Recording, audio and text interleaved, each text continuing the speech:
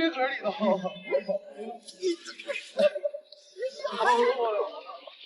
Hello，夜不空3个中音，亲爱的观众朋友们，大家好，我是你们的好朋友藏族姑娘庄马。熟悉我的观众朋友都知道，我是一名来自西藏的大学生。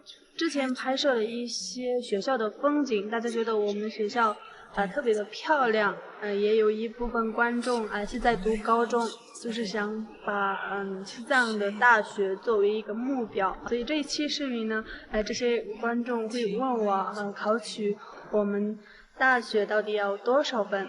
各省份的分数线是多少呢？那么今天这一期视频，我主要给大家说一下，想考西藏的大学需要多少分。我们学校现在招生的14个省份分别是河北、山西、黑龙江、辽宁、安徽、江西、山东、河南、湖南、重庆、四川、云南、陕西、甘肃。我们学校文史类对于14个省份最低的分数要求是400分，分别是陕西和甘肃最高分超过500分，湖南为523分，安徽、江西、山东为505分左右，其余的省份都是405分以上，500分以下。理工类最高的是四川，分数要求为459分，400分以下的也有6个省，分别是山西的363分，甘肃的366分，辽宁的369分，黑龙江的372分，河北的379分，河南的385分，其余的省份分数全部要超过400分，平均为420分以上，500分以下。今年2020年，我们学校所要求的分数线应该会有所变动。到时候大家不知道的话，可以咨询西藏农牧学院招生就业处的电话，可以获得详细的。西藏大学位于西藏拉萨，是西藏最好的一所本科大学。我们学校本来是西藏大学的部分，之前学姐和学长的毕业证就是西藏大学的。现在我们大学单独分出去了，我们就拿不到西藏大学的毕业证。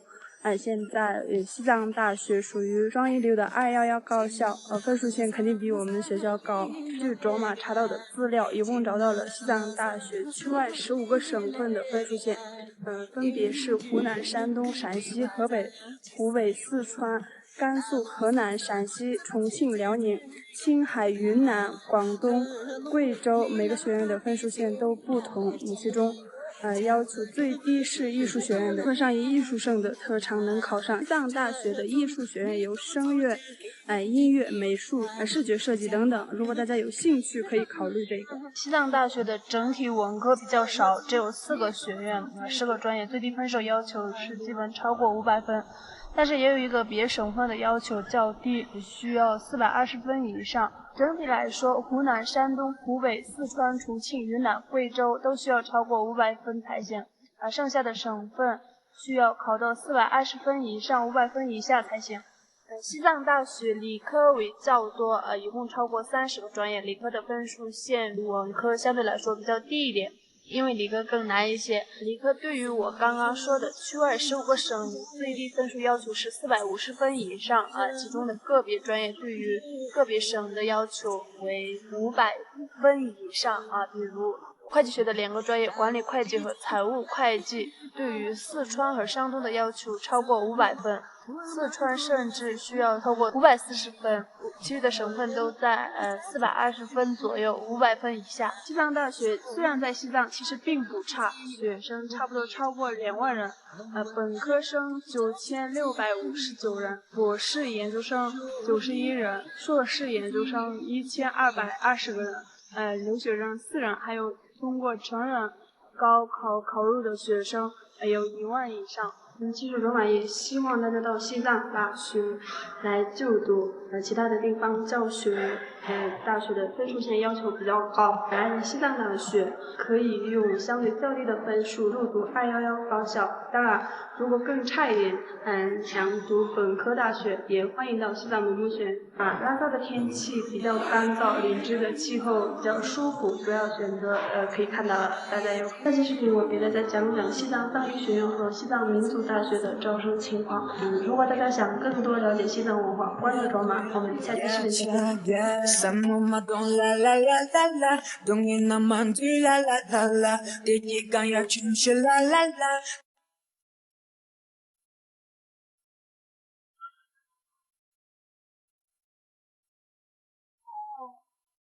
Hello，你好，3个钟里。Hello，大家好，我是周马。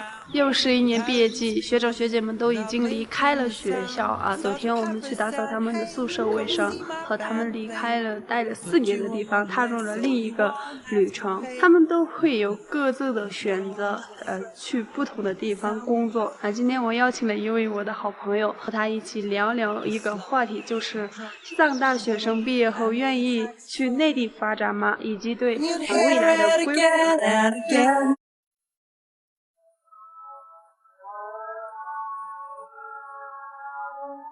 Hello， 大家好，我叫宫桑普志，我目前在西藏农牧学院读书，然后我的专业是电气工程及其自动化。他目前是大3，我和我一样也是西藏日喀则的，是我的老乡。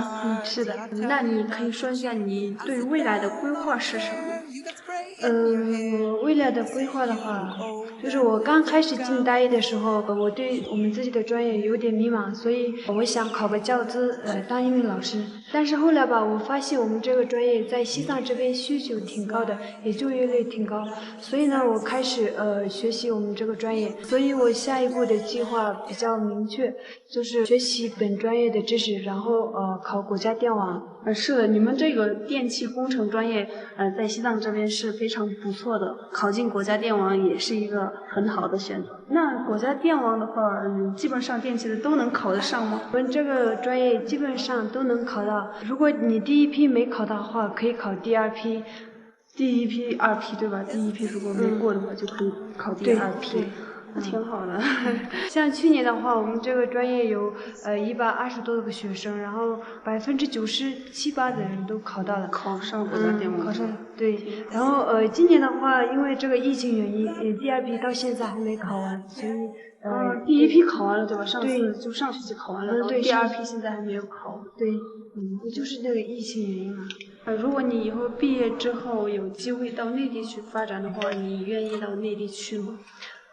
我的话一般不愿意，因为愿意是吗？对，我有2个原因，就是第一个的话我个人的原因，第二个是我家庭的原因。然后第一个的话是我在西藏这边待的时间比较久嘛，然后我觉得去内的话就会不太适应对身体，就是环境不适应对身体。然后第二个的话就父母的原因，因为我们在西藏这边对父母对孩子的牵挂比较深，所以呢，如果让我去那么远的地方发展的话，他们不太愿意，所以我未来的话不会去内地发展，我可能就在西藏这边找工作。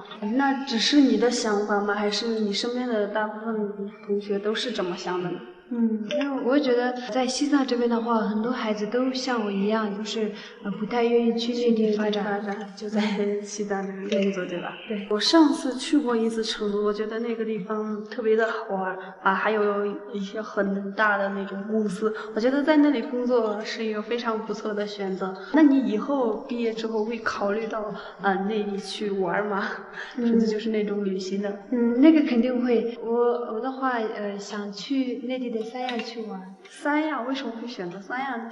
因为我觉得那个地方就是好玩。西藏这边的话还比较远嘛，然后我想去看大海，然后沙滩穿一个裙子拍照什么的。我觉得我可以在内地去工作，很多观众朋友都邀请我去深圳或者是上海工作，但是我看新闻，深圳和上海是一个压力很大的城市，对于我来说本来就比较单纯吧，所以一个人去工作，家人和自己都比较担心。在发达的城市可以学到更多的东西，锻炼一段时间就可以回到西藏，可以更好的建设家乡。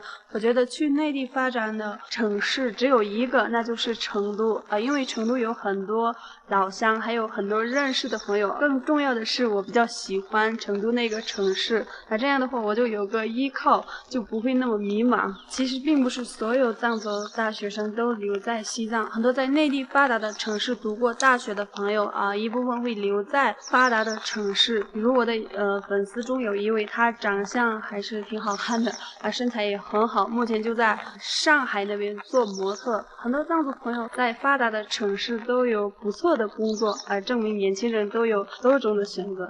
发达城市可以学到更多的东西，锻炼一段时间就可以回到西藏，可以更好的建设家乡。我觉得去内地发达的城市发展会让自己变得更厉害，留在西藏建设家乡也是一个很伟大的每个人都有不同的选择，都会有不同的精彩。好了，那今天这期视频呢就到这里结束了，我们下期视频再见。